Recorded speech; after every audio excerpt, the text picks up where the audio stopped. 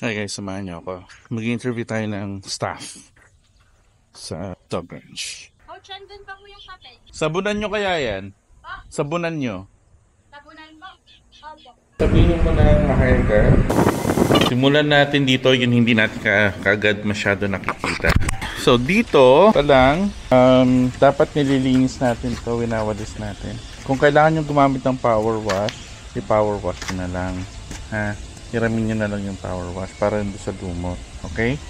Ayun o, yung sa ilalim doon. Ha? Para makita lang. Sige. Eto, napansin ko na puno ng basura. So, kung pwede, hiramin natin. Papatulong tayo pati kay Malu. No?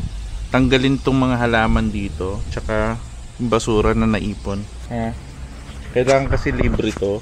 Para yung ulan, dire-diretso. Doon kasi yung drain natin. Okay? Pasok tayo. Meron nakasulat dito, don't use. Pwede na bang gamitin yun? Tanggalin yun. Pero I think kailangan ng fan, no?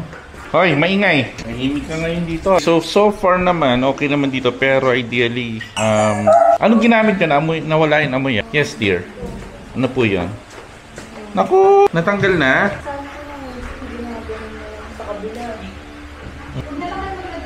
Sige, kailangan ng repair. Huwag mo nang lagyan to. Ito yung pinaka-damaged eh. Sige, huwag mo nang gamitin to ang valve. Sige. Itong crate na to, para saan tong crate na to? Doon na lang sa emergency pero ang dumi na eh. Sige, yun Scully, i-schedule mo na lang na once a week nililinis itong filter ng AC. Kasi nung last time na, sobrang dumi yan.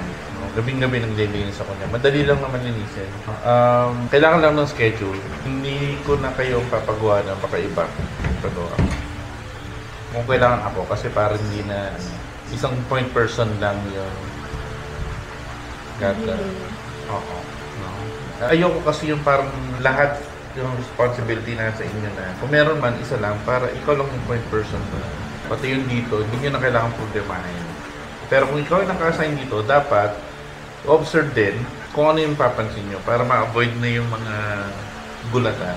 So, note na lang din natin yun para sa mga mag-on board. Meron na tayong listahan. O nga pala, kung pwede, gamitin nyo yung vacuum kailangan. Eto, napansin ko, gusto ko kasi punasan na to. Ha? Yun sa taas. Malikabok na yan. Isang taon nang di nalilinis yan. Ha? Kung pwede. Kung sino yung ma-assign nyo yung dito. Oo. Gamit na lang kayo ng upuan. Okay na tayo dito. Pati itong mga window sills, ha. Ayan, o. No? Importante kasi yung air quality din dito dahil nga both dorms tsaka dito, air quality is very important. Baka magkaroon ng sakit o kaya magkaroon ng allergy din yung aso. And then, kung magkakaroon ng allergy yung aso, pati kayo magkakaroon kayo ng allergy. Kasi nga, hindi umiikot. Okay? So, very important yun. Presko naman ang hangin ng lipa. So, Pag morning pala, di ba, naglilinis na, make sure na naka-off yung aircon, tapos bukas dito para maka-circulate yung buksan nyo doon sa likod. Tsaka ito, tama naman to, nakabukas. Habang presko pa. Okay? Papipicturean ba talaga natin yung mga aso dito sa Naughty Dog? Meron ba talaga mga matutuhan na nandun yung aso? Pwede siguro pagkadating. Tapos pag-graduate na naman. Oo, tapos nandun na sila. Pag tapos na. Okay? Si Yoshi, kabit nyo dito. Suraida po. Pauwi na siya dapat. Confirm mo kay Erin. Hindi pa napipicture ang Suraida. Si Nabella Nugget na rin. Hindi dahil meron eh. Ito. Okay, sige. Meron akong mga artificial grass. Pwede kayo maggupit, kabitan nyo na dito para at least maganda sa picture. Gupit, meron pa tayong gunting na makakagunting nun. Grass cutter. Papabili pa lang po kayo. Tingnan nyo. Kung kaya niya, putol kayo ng konti. Tingin ko pwede dyan yung pang-hair. Pwede. Kung hindi, bumili na lang. Mura lang siguro yun. Yung pang halaman na gunting. Parang mas maganda ko yung pang-hair. Ang laki naman nun. Mas makapal. O, sige yun. Pang grass naman. Yun. Tingin na lang. Lagyan natin dito, at least, ng artificial para magandang tignan. So, sa sobrang secret, hindi nyo alam. Pero dito, bakit hindi tumubo yung halaman dito? Curious lang ako. Laging may traffic. Wala nga masyadong nagamit dito. Ang weird, do. Let's count. 1, 2, 3, 4, 5. Reward. Lakad-lakad kayo din. Okay, sunod na ko. Po. Upuin.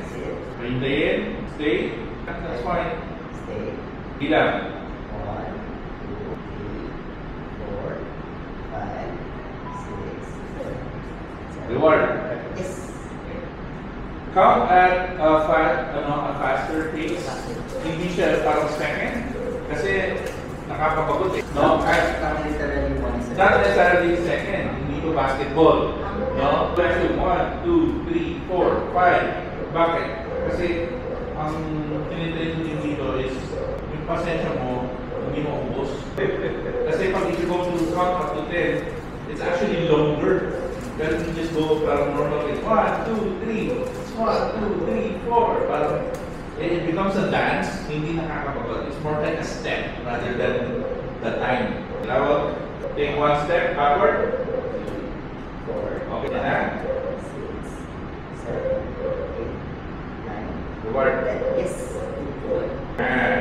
Okay. Muli na kayo. Pansin mo, 10 counts. Nagawa mo ng 10 counts, naghihintay siya.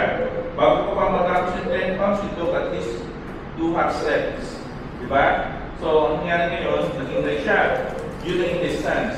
Distraction is everything that's going on. Now, ang goal mo is to practice starting from that goal hanggang dito. Oo. Pakiramdaman mo, ito na yung sayaw nyo. Knowing the formula, you're gonna be playing with the formula. Pakiramdaman mo si Pinan. Start from that goal. Harapin mo siya. Dito siya nakaharap. Lure. You can use the lure. Sige. Stay. Stay. Atras.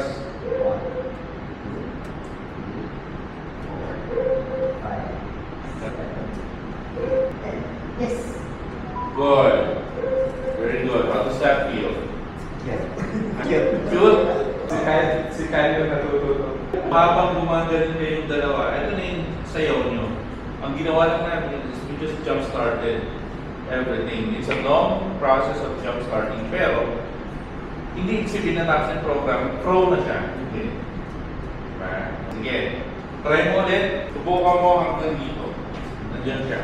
Pero make it faster na count bago. Kasi proficient na sa 10 counts. Pakiramdaman mo hanggang 10, tapos balik na kagad. Sige. Ikaw bahala mamili ng orientation. Perfect. Give it, tatlong D's din. Duration, distance, distraction.